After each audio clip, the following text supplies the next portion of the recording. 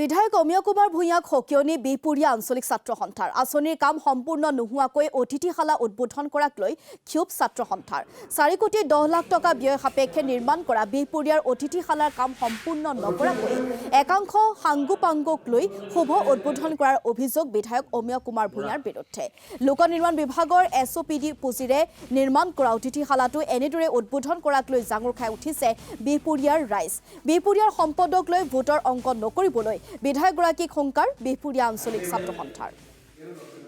বিহপুৰীয়া যোৱা 14 মাৰ্চ তাৰিখে বিহপুৰীয়া সন্মানীয় বিধায়ক ডক্টৰ অমিয় কুমাৰ ভূঞাদেৱে বিহপুৰীয়া লোক নিৰ্মাণ বিভাগৰ অন্তৰ্গত যি অতিথিশালা সেই অতিথিশালাৰ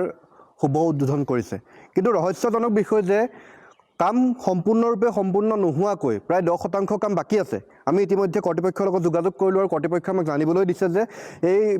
অতিথিশালাৰ কাম সম্পূৰ্ণ হোৱা নাই প্ৰায় 10-15% কাম বাকি আছে সম্পূৰ্ণৰূপে কাম সম্পূৰ্ণ নোহোৱাকৈ কিদৰে বিধায়কগৰাকীয়ে এই অতিথিশালাটো শুভ উদ্বোধন কৰিলে সেইটো কিন্তু ৰহস্যজনক বিষয় আৰু আমি বিহপুৰীয়া আঞ্চলিক ছাত্ৰ সন্থাৰ তৰফৰ পৰা বিধায়কজনক প্ৰশ্ন কৰিছো আপুনি উত্তৰ দিব লাগিব কাম সম্পূৰ্ণ নোহোৱা প্ৰকল্প এটা আপুনি কিদৰে শুভ উদ্বোধন কৰিলে নে এইটো আপোনাৰ ৰাজনীতিৰ অংক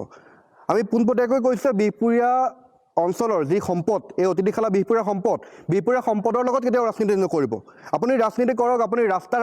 আধাৰশিলা স্থাপন কৰক বা অন্যান্য যি ৰাজনীতি কৰিবলগীয়া আছে কৰক কিন্তু বিহপুৰীয়া যিবোৰ সম্পদ সেই সম্পদৰ লগত আপুনি কেতিয়াও ৰাজনীতি নকৰিব কিন্তু এই ৰাজনীতি আমি মানি নলওঁ আৰু আমি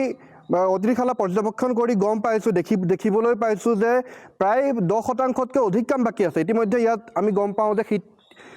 শীততাপ নিয়ন্ত্ৰিত কোঠা হ'ব এতিয়ালৈকে এচিসমূহ লগোৱা হোৱা নাই বা